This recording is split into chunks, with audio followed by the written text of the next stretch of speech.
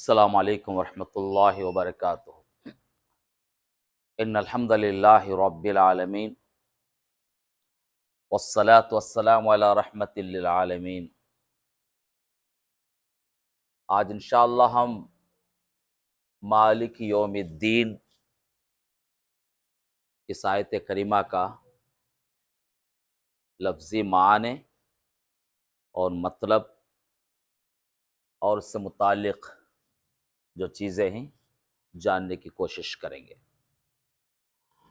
मालिक बादशाह,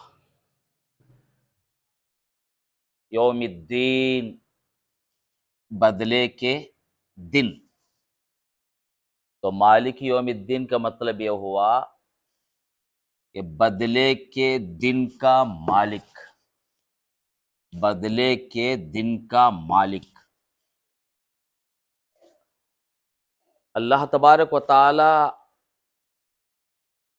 हमारे आमाल का बदला देने वाला है। एक दिन ज़रूर आएगा, हमारे आमाल का हिसाब होगा। अगर हमारा अमल अच्छा रहा तो इनाम मिलेगा, जन्नत अता फरमाएगा अल्लाह। अगर आमाल ख़राब निकले तो अंजाम बहुत बुरा होगा और अल्लाह जहन्नम में डालेगा जिनका अमल बुरा होगा।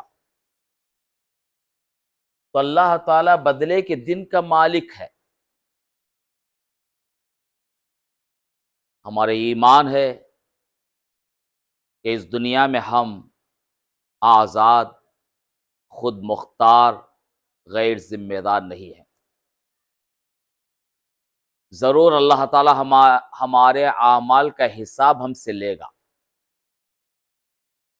दूसरी बात, ये दुनिया दारुल अमल है और ये दुनिया फना होने वाली है।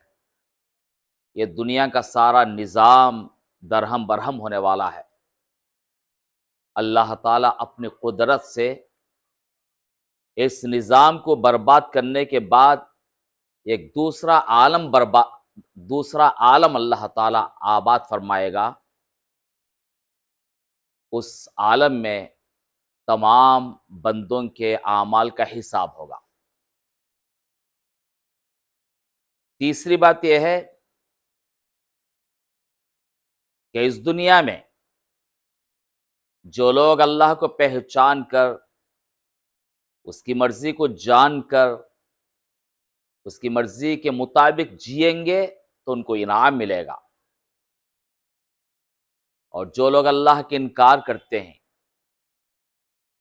नबियों का इनकार करते हैं, अल्लाह की किताबों को झुटलाते हैं, मनमानी जिंदगी गुजारते हैं, अल्लाह ताला की अदालत में उनके खिलाफ फैसला होगा और उनको भड़कती हुई आग में डाला जाएगा।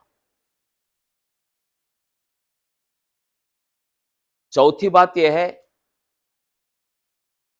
कि इस दुनिया की खुशहाली कामयाबी की दलील नहीं है और इस दुनिया की बदहाली नाकामी की दलील नहीं है। खुशहाली का ताल्लुक दौलत से नहीं है और बदहाली का ताल्लुक गुर्बत से नहीं है। कामयाब वही इंसान है जो मरने के बाद जब उसकी पेशी अल्लाह की अदालत में होगी तो अल्लाह की पकड़ से जो बच जाता है, जहन्नम की आग से जिसको छुटकारा मिल जाता है, वही कामयाब है। फमन ज़ुहज़िह अनिन नार व उदखिलल जन्नत फ़क़द फ़ाज़। जो जहन्नम की आग से बचा लिया गया और जिसको जन्नत में दाखिला मिल गया, वही कामयाब इंसान है। तो मालिक यौमिद्दीन, बदले के दिन का मालिक अल्लाह तबारक व तआला। अल्लाह की अदालत में सब बेबसी के साथ खड़े होंगे और सबका हिसाब व किताब होगा। अल्लाह की अदालत में कोई ज़बान नहीं खोल सकता। कोई किसी के बारे में सिफारिश नहीं कर सकता इल्ला कि अल्लाह ताला किसी को इजाजत दे। और अल्लाह की अदालत में खरीद और फरोख्त नहीं होगी और अल्लाह की अदालत में किसी की दोस्ती काम नहीं आएगी। तो लिहाजा हमें अपने आमाल को सुधारना है और अल्लाह की मर्जी की जिंदगी हमें गुजारना है। तो अल्लाह बादशाह है बदले के दिन का। ये मालिक कुरान मजीद में 3 मरतबा आया है और यौमुद्दीन 13 मरतबा आया है। मालिक 3 मरतबा और यौमुद्दीन 13 मरतबा आया है। और मालिक का जो मादा है मीम लाम काफ है। मालिक का मादा मीम लाम काफ है।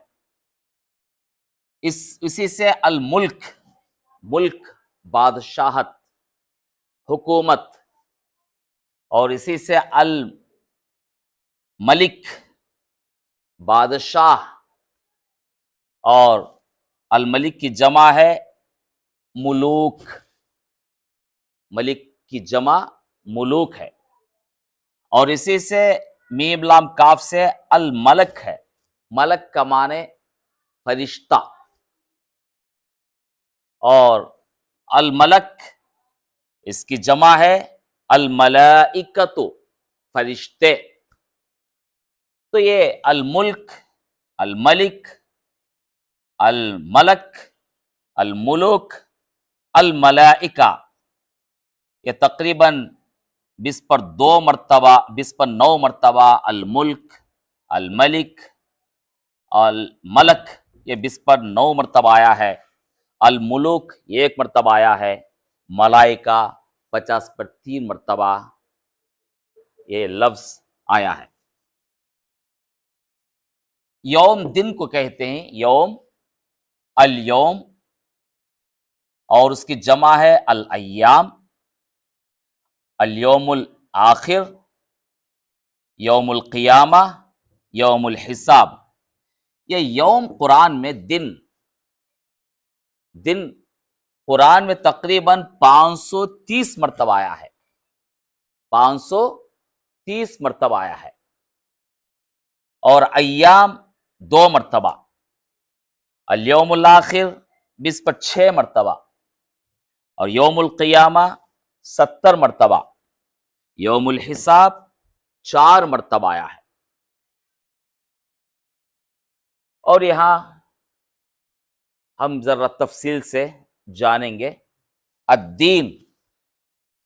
कुरान में अद्दीन तकरीबन 30 पर 1 बार आया है। अद्दीन 30 पर 1 मरतबा कुरान में आया है। दीन के एक माने है बदला, जैसे हमने पढ़ा सुना कि बदले के दिन का मालिक। तो एक माना है बदला, जजा है। एक माने है दीन के कानून, राज्यांगम, कॉन्स्टिट्यूशन। तो कुरान में फी दीनिल मलिक, सूरह यूसुफ के अंदर फी दीनिल मलिक आया है, बादशाह के कानून में। तो एक माना कानून है। एक और माना है निजाम हयात, तरीके जिंदगी, लाइफ स्टाइल, जीवित संविधानम, ये अद्दीन। जैसे कि अल्लाह ने बयान फरमाया इन्नद्दीना इंदल्लाहिल इस्लाम, अल्लाह के नजदीक पसंदीदा निजाम हयात, पसंदीदा तरीके जिंदगी, और अल्लाह के नजदीक कबूल होने वाला लाइफ स्टाइल वो इस्लाम है। इस्लाम के माने ताबेदारी, फर्माबरदारी के हैं। यानी आदमी, उसे जो आजादी दी गई है उस आजादी से दस्तबरदार हो जाए